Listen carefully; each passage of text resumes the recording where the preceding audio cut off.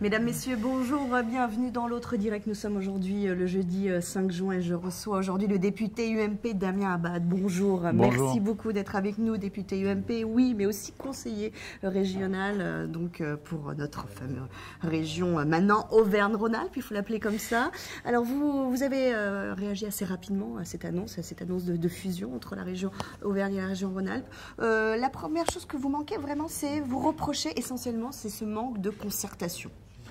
Oui, écoutez, d'abord sur la forme, on a constaté qu'on a eu une réforme et une carte régionale qui a été dessinée dans le bureau du président de la République un soir avec 3 ou 4 conseillers et honnêtement c'est le contraire d'un débat démocratique avec une large consultation. Moi ce que je souhaite aujourd'hui... Jean-Jacques Ayrault a été consulté. Oui, et on ne peut pas se satisfaire d'une consultation entre 2 présidents socialistes de la région Rhône-Alpes et de la région Auvergne. Simplement aujourd'hui, peut-être que c'est la bonne chose de faire cette fusion. Mais moi, ce que je dis, c'est qu'il faut qu'on ait une consultation plus large. D'abord, qu'on ait un débat au sein du Conseil régional. Au jour d'aujourd'hui, nous n'avons eu aucun débat dans ce Conseil régional sur ces projets de fusion, sur cette nouvelle carte régionale qui change quand même les équilibres. Vous auriez même voulu demander un vote D'abord, au moins, déjà, un débat à l'Assemblée régionale. Et pourquoi pas une consultation plus large, effectivement, des Rhône-Alpins. C'est un choix majeur, parce qu'aujourd'hui, la région est le pilote en matière de développement économique et c'est essentiel que les Rhône-Alpins et les Auvergnats également puissent s'exprimer sur ce projet de fusion. Pourtant, ça fait longtemps qu'on parle de faire d'autres régions. En 95, il y avait la carte Balladur, par exemple. Enfin bon, voilà, c'est pas quelque chose qui, comme ça, tombe d'un seul coup. On en avait déjà pensé, etc. Finalement, est-ce que c'est quelque chose que la gauche a fait et que la droite aurait voulu faire ? Écoutez, je crois qu'aujourd'hui, notre pays a besoin de réformes en profondeur. La priorité des Français, c'est d'abord l'emploi et le développement économique. N'oublions pas cela. Maintenant, moi, je souhaite, et je suis de ceux qui, à l'UMP, pensent que nous avons besoin d'une vraie réforme territoriale, d'une rationalisation de la carte des régions notamment. Et donc, sur le principe même de la réforme, j'y suis favorable. Et je pense que nous avons besoin d'une modernité avec des régions fortes qui soient capables, justement, de faire face à des Länder allemands ou à des communautés autonomes espagnoles. Donc cette fusion est plutôt pas mal, au final. Je crois simplement... Après, non, d'abord, il y a le problème de la forme, qui est quand même fondamental. C'est que moi, je considère... Vous savez, faire la fusion des régions, c'est comme l'Europe. On ne la fait pas contre les peuples, on ne la fait pas contre la vie des citoyens. Et donc ce qui est important déjà, c'est qu'on ait eu, moi j'aurais préféré qu'on ait une consultation plus large. La deuxième chose, ce qui compte, ce n'est pas tellement le périmètre de la région, c'est qu'est-ce qu'on va y mettre à l'intérieur, quelles compétences nous allons donner, quel mode de scrutin. Moi je souhaite qu'on réduise le nombre d'élus, par exemple. Est-ce qu'aujourd'hui, la réforme du conseiller territorial qui a été portée par Nicolas Sarkozy, elle divisait par 2 le nombre d'élus ? Quel va être aujourd'hui le nombre de conseillers régionaux qui vont siéger dans une assemblée régionale Rhône-Alpes-Auvergne? Alors on veut faire des économies, on veut rationaliser la carte administrative française, il faut qu'on aille jusqu'au bout de la logique et jusqu'au bout de la réforme. C'est pour cela, je crois, que dans notre pays, nous avons besoin d'un consensus partagé et de réformes en profondeur. Donc moi, je ne suis pas opposé à la fusion en tant que telle, je souhaite simplement qu'on aille jusqu'au bout et qu'on dise clairement les compétences et les objectifs vers lesquels on veut tendre. J'allais dire, au niveau des compétences, qu'est-ce qu'il faut les élargir? D'abord, il faut que la région soit le pilote en matière de développement économique. Et on le sait, à côté de la construction de cette grande région Rhône-Alpes-Auvergne, il y a aussi la mise en place d'une métropole. Et la question qui est posée, et l'enjeu majeur pour nous, c'est de savoir quelles seront les compétences économiques de la métropole et quelles seront les compétences de la région. Je souhaite que la région reste le pilote en matière de schéma de développement économique. Pourquoi? Parce que dans Rhône-Alpes, il y a tout le couloir rhodernien, il y a toute bien sûr la métropole lyonnaise, l'axe Lyon-Grenoble-Saint-Étienne, mais il y a aussi les territoires ruraux. Moi, je ne veux pas que cette réforme soit une réforme ruralicide. L'équilibre entre le Rhône et les Alpes, c'est ce qui fait le charme, c'est ce qui fait la force de notre région. Et puis, je ne veux pas non plus que notre région s'appauvrisse. Je crois qu'on a la chance d'avoir une croissance économique réelle. Ça peut être le cas, là, avec l'Auvergne? Je ne sais pas. Simplement, ce que je souhaite, c'est qu'on ne crée pas un grand ensemble vidé de sa substance et vidé de ses compétences. Ce dont on a besoin, c'est de renforcer les compétences économiques de la région et surtout, ce dont on a besoin, c'est enfin un pilotage dans la région Rhône-Alpes. Est-ce qu'aujourd'hui, vous pouvez me citer un grand projet structurant porté par la région Rhône-Alpes?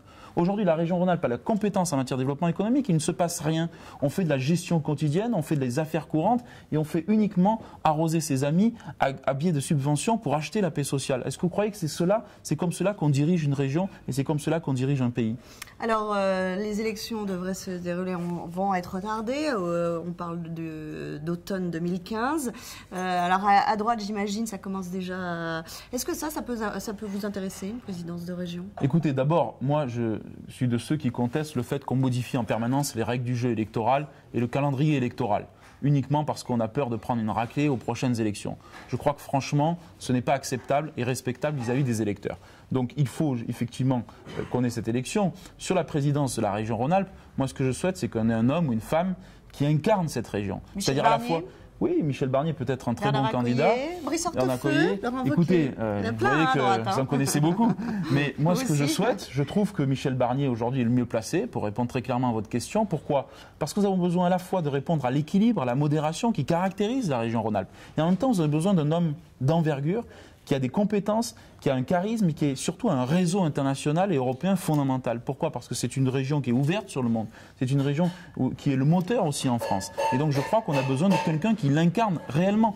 Aujourd'hui, le problème de la région Rhône-Alpes, ce n'est pas tellement son président. Le problème, c'est qu'on a une majorité écolo-parti socialiste qui n'est d'accord sur rien, qui s'entend uniquement au moment des élections, mais qui n'est d'accord sur rien en termes de projet économique. Et donc c'est pour ça qu'aujourd'hui, on a une certaine paralysie dans l'institution régionale. Et on doit retrouver cette fluidité, ce dynamisme et cette force qui caractérise la région Rhône-Alpes. Alors pourtant, l'UMP, pour l'instant, on ne peut pas dire que ce soit non plus le parti fort du moment, avec tout ce qui se passe au sein de votre parti. On parle aujourd'hui, donc, Jean-François Copé va démissionner au 15 juin, à la fin de la semaine, triumvirat, etc. On parle maintenant de Nicolas Sarkozy qui pourrait revenir au Congrès. Nicolas Sarkozy, c'est la bonne idée? Écoutez, moi, je suis de ceux qui pensent qu'il faut qu'on renouvelle notre parti politique, qu'on renouvelle les pratiques politiques et qu'on renouvelle les idées politiques. Je suis persuadé qu'on ne fera plus de la politique dans les 20 prochaines années comme on en a fait dans les 20 dernières années. On est au bout d'un système politique. Les Français le rejettent. Je vous prends juste un exemple. En Allemagne, les partis de gouvernement ont fait 70% des voix aux élections européennes. En France, à peine 35%. C'est la preuve irréfutable de ce rejet des élites politiques dans son ensemble. Donc moi, je suis de ceux qui plaident pour le renouveau, et le renouveau dans l'UMP notamment. Et je soutiens des personnalités comme Bruno Le Maire, par exemple, qui pourraient porter et incarner ce renouveau pour l'UMP, pour la droite française, mais aussi pour l'ensemble des Françaises et des Français. Parce que je crois qu'on a un besoin de sang neuf, on a un besoin de nouvelles têtes, et on a besoin de nouvelles pratiques politiques. Je suis de ceux qui... Vous me demandez un choix, oui. Je ne suis pas là pour faire la langue de bois, je vous réponds très concrètement. Mon choix aujourd'hui, c'est d'incarner le renouveau, c'est d'avoir des personnalités comme Bruno Le Maire ou autres. Alain Juppé, bien entendu, qui peut compter dans ce dispositif-là. Et bien entendu qu'on a besoin d'hommes d'expérience. Mais je crois aujourd'hui que la France a besoin d'abord et avant tout de renouveau. Regardez ce qui se passe en Italie. Regardez, le président du Conseil en Italie a 39 ans aujourd'hui, il est en train de lancer des réformes. Je crois que si on veut mettre la France sur le chemin des réformes, on a besoin d'hommes et de femmes qui pensent la politique autrement. Et Nicolas Sarkozy? J'en reviens à ma première question. Nicolas Sarkozy, je suis un de ceux qui ont pensé que c'est quelqu'un qui a des compétences fortes, sur lequel on n'a jamais fait le procès en incompétence, sur lequel on n'a jamais eu honte de l'avoir comme président, notamment quand il a présidé l'Union européenne ou quand il était dans des grandes rencontres ou manifestations internationales. Simplement, ce que je souhaite, c'est si Nicolas Sarkozy revient, c'est qu'il s'entoure d'hommes et de femmes nouveaux. Moi, je suis désolé, je vous le dis comme je le pense, si c'est pour faire Nicolas Sarkozy avec les anciens ténors de l'UMP, etc. Oui, mais ce n'est pas forcément à lui que je passais en premier, mais à d'autres personnes qui ont été battues dans le cadre du scrutin et qui ont été rejetées par les Français. Je crois que ce n'est pas la bonne solution.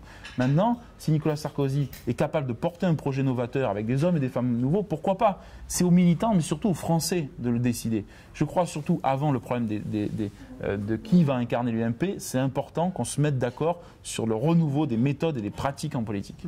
Merci beaucoup Damien Abad d'avoir été notre invité aujourd'hui. Demain, vous retrouvez Razik Brik dans l'autre direct.